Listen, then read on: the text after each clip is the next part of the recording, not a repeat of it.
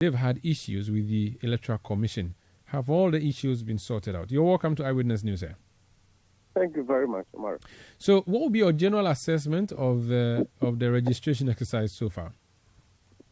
Thank you very much, and good evening to our cherished listeners. I think that basically preliminary, because we'll say the committee as a body and look at the generality of the exercise. But as of today, I think that the NDC owes gratitude to the number of teeming Ghanaians who, in the belief that there's a need to change a government, and that will only happen through exercising a right to vote, was able to queue and to have themselves registered despite the challenges that they had to go through. We also commend the Electoral Commission, particularly its district officers.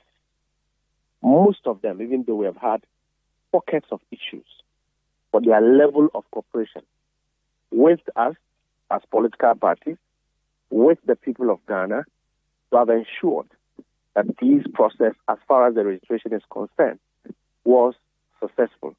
In spite of the challenges, operational challenges that we have identified.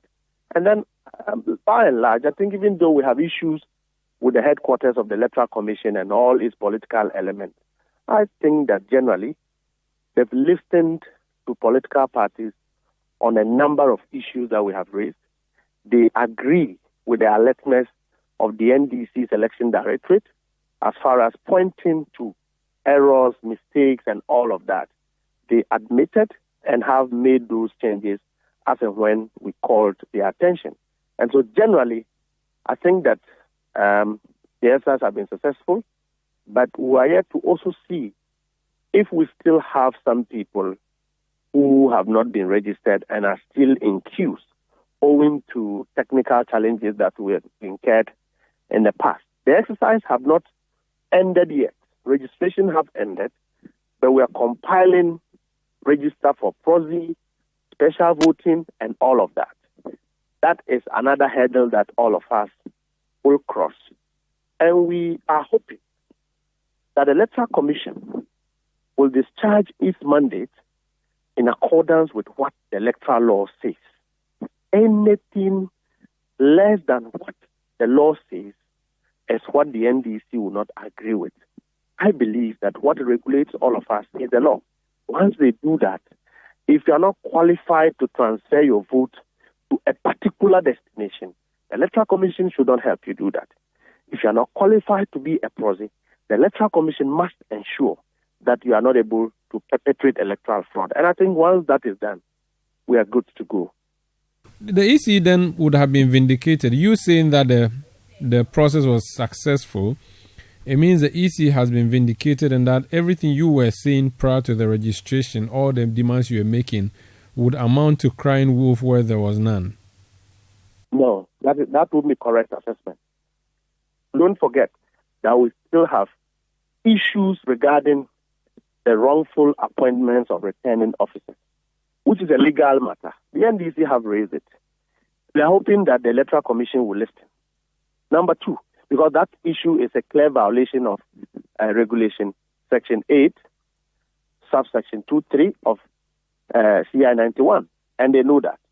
Number two, we still have issues regards to missing BVR machines, for which are standing major issues that we have to resolve going into the election.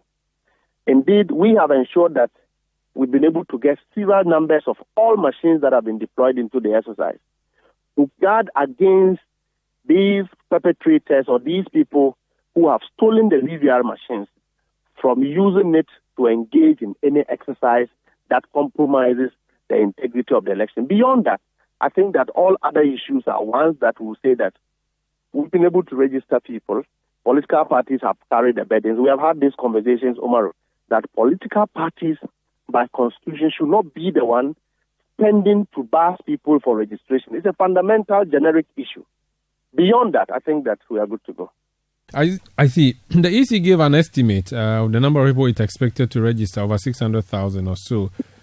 You had other projections which were more than what the EC projected. How, at the end of the day, are the numbers tallying? Are they agreeing more with your projections or agreeing more with the EC's projections? I think generally it's too early for me to be having or speaking to tentative figures. It will take about 1 hour for us to get there. But again, it is wrong for Electoral Commission to project figures because the number of people in Ghana who are qualified to vote but yet are not on the electoral roll are enormous and a lot. One cannot sit at the Electoral Commission's headquarters and be able to forecast the number of those people who have now decided to vote. So it was a wrong, target in the first place for the commission to say that I want to register a particular number of people, which is the reason why EC have skewed a lot of the exercises, made it so difficult, make it so cumbersome, so unbearable for the ordinary voter to be able to go and register. All of the processes that the commission have put in place for the registration are all processes that are not inuring to the convenience of the ordinary Ghanaian and the voter. And that is a violation or an unpleasant taste to a voter who is safeguarded by the Constitution. We all know that. And so we cannot say that the Electoral Commission should set a target. It's wrong. The Electoral Commission should not be doing that. Moving forward, there are other things on the EC's calendar. Is your party ready? Is there cooperation with the EC? Are things looking good? The NDC is not a non-conformist party. We are a party that cooperates with systems that are in sync with what the Constitution says. And let me state it that the Electoral Commission is not a commission that have discretionary power. Everything the Electoral Commission does is regulated by law, including communications of the Electoral Commission. And so if activities and calendars of the Electoral Commission are in accordance with what the laws of our election says, the NDC will not object because we are prepared for an election. And we have stated that we've been defeated to our weakness twice. And we have decided that the NDC will not be defeated third time. And so, from technology to human resource, we are ready anytime the Electoral Commission is ready to roll out any program or any policy that political parties are supposed to participate. We are not just a group of people who believe that we are opposed to everything that the Electoral Commission does. That is not the case. We speak because some of the things the Electoral Commission does are a clear violation of the Constitution, are a clear violation of its own laws. That is why we speak to them. And whenever we speak, we demonstrate with evidence. And so beyond that, we are willing to cooperate with the Electoral Commission. Anything that will give us a transparent, a free, a credible, and a fair election that will reflect the will of the Ghanaian and the voter. Beyond that, the NDC will not be for it. The NDC does not need the Electoral Commission to compromise an election process for us to win. We are asking that be fair to us, be fair to the MPP, be fair to the ordinary voter, so that at the end of the day, whatever happens will reflect the will and the mandate of the people.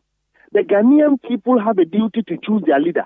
And when they queue and they vote, let the results reflect the number of people who have actually queued and who have actually voted for a particular person to be their president. That is the campaign the NDC has. And that is what the ordinary Ghanaian is concerned about. I believe that my brothers in the NPP will also be thinking about it, unless, of course, they have something that we don't know. Otherwise, this is what we should all be calling for. Very well. Thank you so much for speaking to us. Mustafa Gbande is Deputy General Secretary of the NDC in charge of operations. Let's go.